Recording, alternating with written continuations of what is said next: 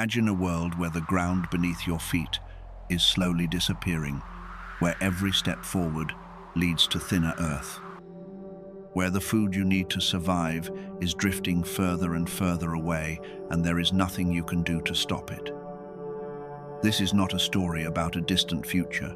This is happening right now, every single day, and the creature living through it is one of the most powerful animals this planet has ever produced.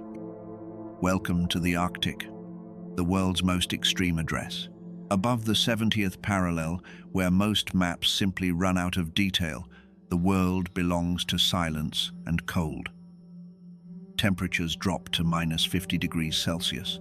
Blizzards roll in without warning. The sun disappears for months at a time, and yet life is here. This frozen ocean, the Arctic sea ice, is not just a landscape. It is an entire ecosystem. It is a hunting ground, a nursery, a highway. It is everything. And the polar bear did not just adapt to this world. The polar bear was built for it. Over hundreds of thousands of years, evolution has engineered what might be the most perfectly designed predator on the face of the earth.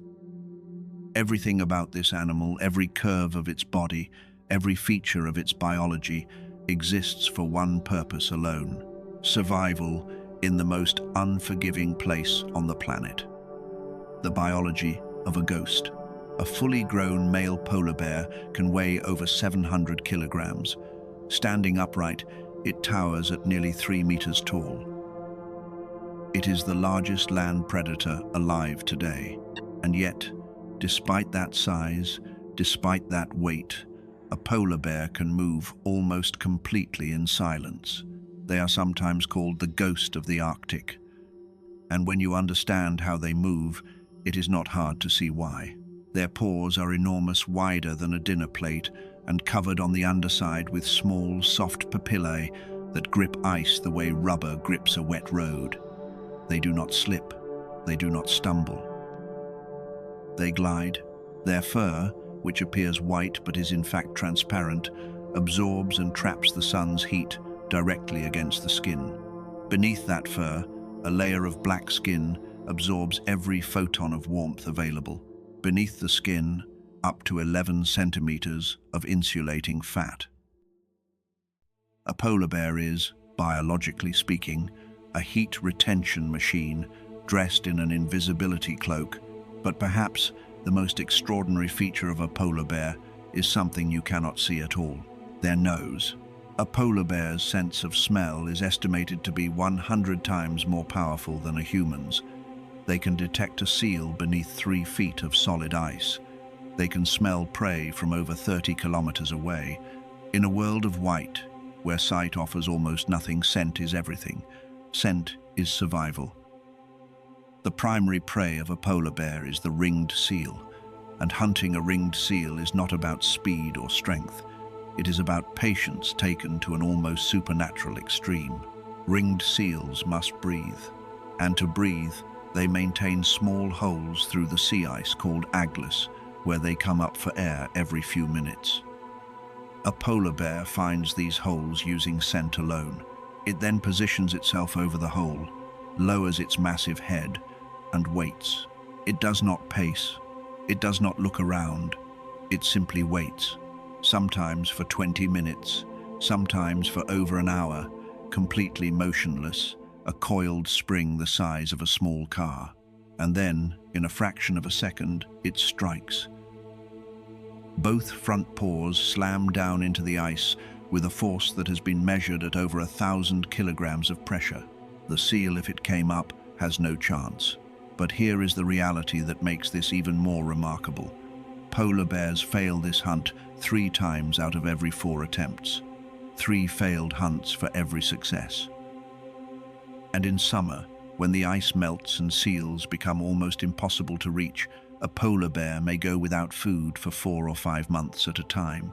4 to 5 months. During those months, they live entirely off stored fat. They do not hibernate the way bears do in more temperate climates.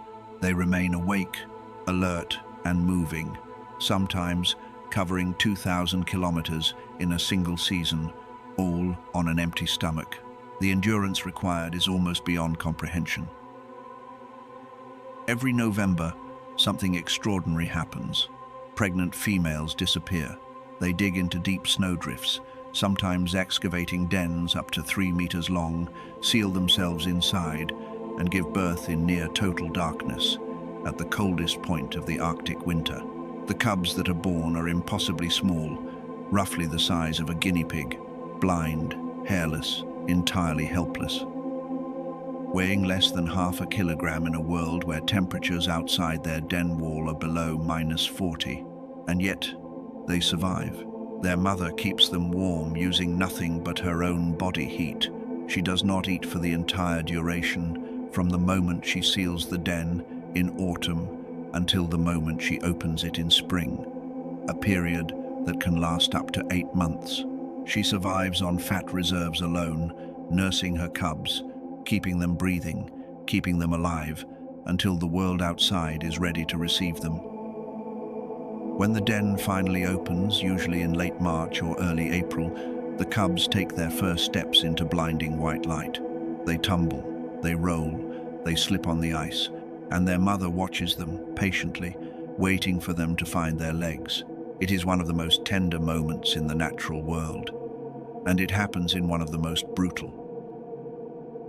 Cubs stay with their mother for 2.5 years.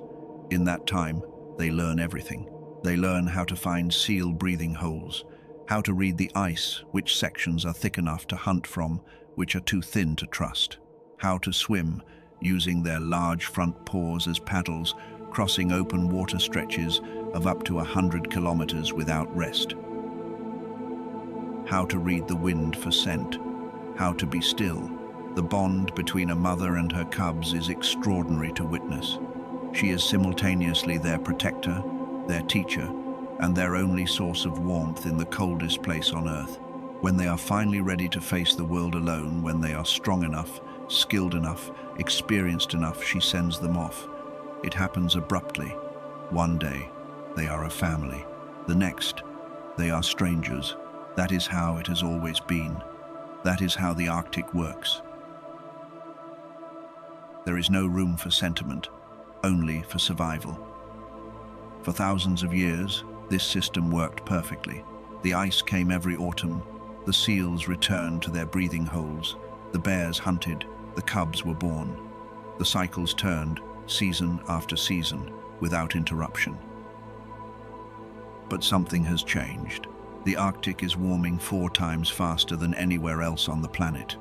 Sea ice that once arrived in October now arrives in December.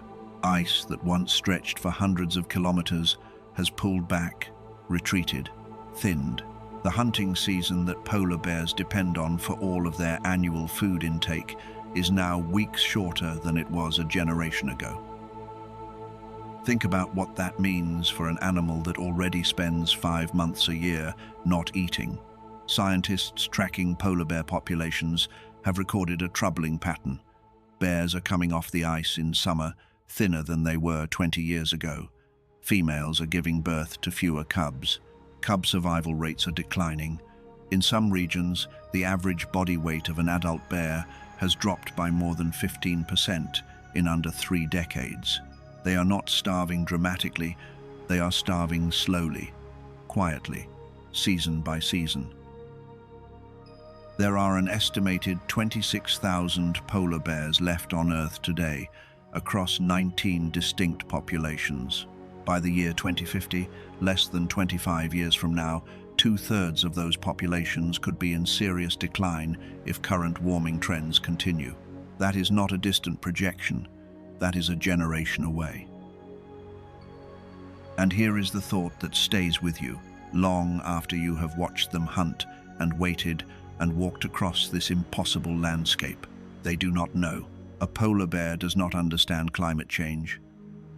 It does not know that the ice is retreating because of decisions made in cities 10,000 kilometers away.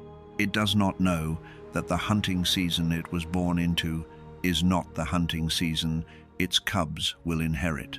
It only knows to keep moving, to keep searching, to find the next breathing hole, to feed the cubs, to survive one more season. There is a particular kind of courage in that, a courage that asks nothing, that expects nothing, that simply endures. The Arctic is not just a place on a map at the top of the world. It is a mirror. It shows us, in the clearest possible terms, what is happening to the planet and what is at stake. The polar bear is not a symbol. It is not a logo. It is a living, breathing animal that has walked this ice for hundreds of thousands of years. That raised its cubs in darkness. That hunted through the worst storms the planet could produce. That survived ice ages and warming periods and everything the Earth has thrown at it. What it cannot survive on its own is us, but it can survive if we choose to let it. The ice is still here.